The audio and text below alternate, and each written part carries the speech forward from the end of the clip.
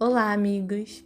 Vamos para mais um Evangelho no Lar, que nós possamos convidar a paz e o amor para dentro da nossa casa.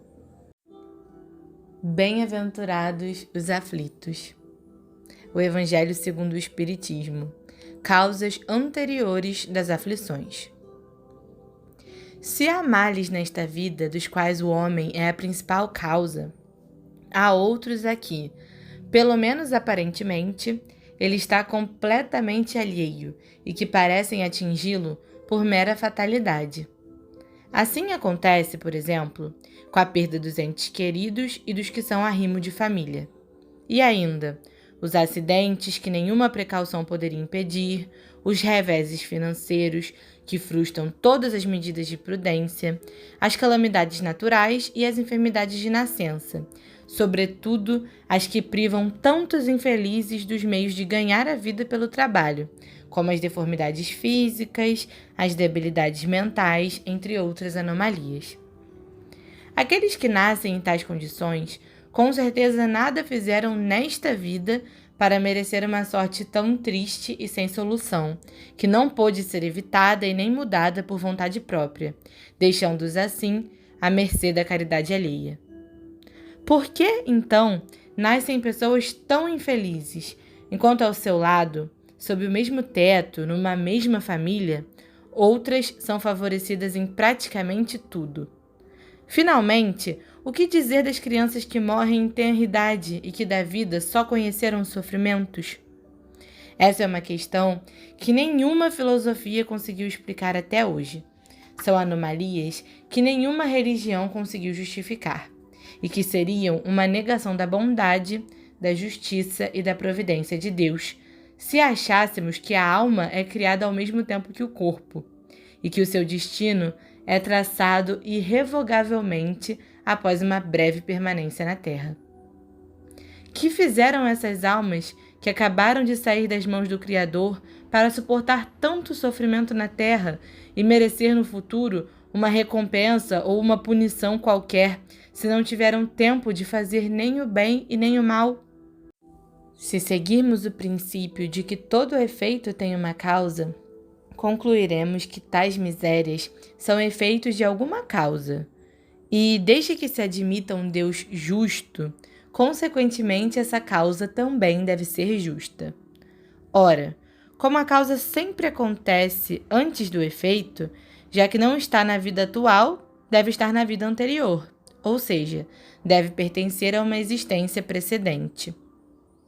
Por outro lado, não podendo Deus punir pelo bem que fizemos, nem pelo mal que não fizemos, se estamos sendo punidos é porque fizemos o mal.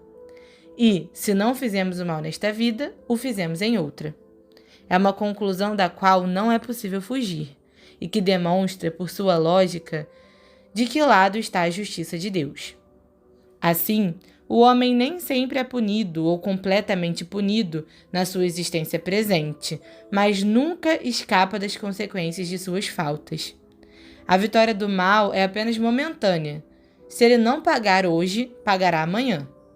Por isso, dizemos que aquele que sofre está resgatando os erros do passado. A desventura, que à primeira vista parece imerecida, tem, pois, a sua razão de ser. E quem a sofre pode sempre dizer: perdoai-me, Senhor, porque pequei. Os sofrimentos por que passamos na vida presente, decorrentes de causas anteriores, bem como de faltas atuais, são uma consequência natural dos erros cometidos, cuja engrenagem funciona da seguinte maneira: por meio de uma rigorosa justiça, o homem sofre o que fez os outros sofrerem. Desse modo, se ele foi duro e desumano, poderá ser tratado duramente e com desumanidade. Se foi orgulhoso, poderá nascer numa condição humilhante. Se foi avarento, egoísta ou se fez mau uso de sua fortuna, poderá ver-se privado do necessário para o seu sustento.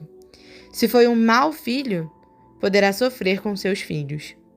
Desse modo, é pela pluralidade das existências e da encarnação num planeta de provas que se explicam tanto as anomalias como a felicidade ou a infelicidade que aguarda os bons e os maus neste mundo. Essas anomalias são consideradas um absurdo somente do ponto de vista da vida presente. Mas, se levarmos em conta outras existências, veremos que são apenas um mal aparente, pois cada um recebe o que merece, sem prejuízo do que lhe está reservado no mundo dos espíritos, e que, portanto, a justiça de Deus nunca falha. O homem não deve esquecer-se nunca de que está num planeta inferior, ao qual está ligado por suas imperfeições. A cada diversidade, deve pensar que se pertencesse a um mundo mais evoluído, isso não aconteceria, e que depende somente de si próprio e de seu aprimoramento moral não mais retornar a este mundo. As atribulações da vida podem ser impostas a espíritos renitentes no mal ou muito ignorantes, ainda incapazes de fazer uma escolha consciente. Mas são livremente aceitas e até escolhidas por espíritos arrependidos que desejam reparar o mal que fizeram e melhorar a sua conduta. A exemplo daquele que, tendo executado mal a sua tarefa, pede para recomeçá-la, a fim de não perder o fruto de seu trabalho. Os infortúnios são, portanto, ao mesmo tempo expiações que corrigem o passado e provas que preparam o futuro. Rendamos graças a Deus, que, na sua infinita bondade, concede ao homem a oportunidade de reparação, não o condenando irrevogavelmente na primeira falta. Não devemos pensar, no entanto, que todo o sofrimento suportado na terra seja necessariamente a indicação de uma determinada falta. Muitas vezes, os sofrimentos são simples provas escolhidas pelo espírito para concluir sua depuração e apressar o seu progresso. Assim, a expiação sempre serve de prova, mas a prova nem sempre é uma expiação. Contudo, provas ou expiações são sempre sinais de uma relativa inferioridade, pois o que é perfeito não precisa mais ser provado. Um espírito pode ter adquirido certo grau de elevação, mas, querendo progredir mais, solicita uma missão, uma tarefa a executar, pela qual, se sair vitorioso, será tanto mais recompensado quanto mais penosa tiver sido a sua luta. Tais são, de modo especial, as criaturas de instinto naturalmente bons, de alma nobre, de generosos sentimentos inatos, que parecem nada ter trazido de mal de sua existência anterior e que suportam com uma resignação perfeitamente cristã as maiores dores, pedindo a Deus que as ajude a suportá-las sem lamentar-se. Ao contrário, podemos considerar como expiações as aflições que provocam lamentações e levam o homem a revoltar-se contra Deus.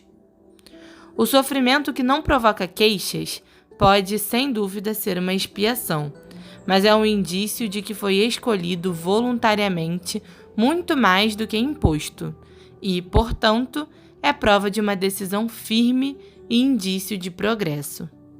Só podem aspirar à completa felicidade espíritos verdadeiramente puros, pois qualquer mácula lhes impede a entrada nos mundos felizes. São como passageiros de um navio contaminado pela peste, aos quais é proibida a entrada numa cidade enquanto não estiverem desinfectados. É por meio das diversas existências corporais que os espíritos se livram, pouco a pouco, de suas imperfeições. Se bem suportadas, as provações da vida os fazem progredir.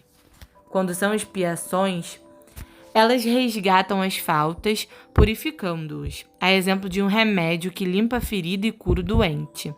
Quanto mais grave é a doença, mais forte deve ser o remédio. Portanto, quem sofre muito deve ter em mente que tinha muito a expiar e alegrar-se, porque logo estará curado. Tornar, então, o sofrimento proveitoso para sua evolução dependerá dele, ou melhor, de sua resignação. Caso contrário, terá de recomeçar. O Livro dos Espíritos, pergunta 923. O que para um é supérfluo, não vem a ser necessário para outros e vice-versa, segundo as respectivas condições? Sim, segundo vossas ideias materiais, vossos preconceitos, vossa ambição e todos os vossos ridículos caprichos a que o futuro fará justiça quando compreenderdes a verdade. Sem dúvida, quem tinha 50.000 libras de renda e se vê reduzido a 10, se acha muito infeliz, porque não pode mais ostentar sua importância, manter o que chama de sua posição, ter cavalos, criados, satisfazer todas as suas paixões e etc. Com isso, acha que lhe falta o necessário. Mas, francamente, achas mesmo que seja digno de lástima quando perto dele muitos morrem de fome e de frio, sem ter abrigo para dormir? Para ser feliz, o sábio olha para baixo, nunca para cima, a não ser para elevar sua alma ao infinito. Vamos então para nossa breve reflexão sobre essa passagem. Bom, ela fala um pouco mais sobre a questão da lei da causa e do efeito, que tudo aquilo que nos acontece nessa vida é resultado das nossas ações, das nossas tendências e das nossas necessidades mesmo, adquiridas ao longo das existências, ao longo do tempo. Isso, assim, a uma primeira vista, pode parecer meio duro, né, de encarar, meio desesperador. Mas se a gente analisar com cuidado, na verdade saber disso até tranquiliza.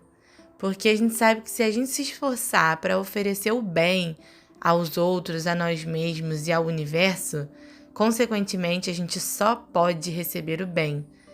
Se a gente plantar bondade, caridade, amor, a gente vai colher exatamente isso, porque é assim que o universo é regido.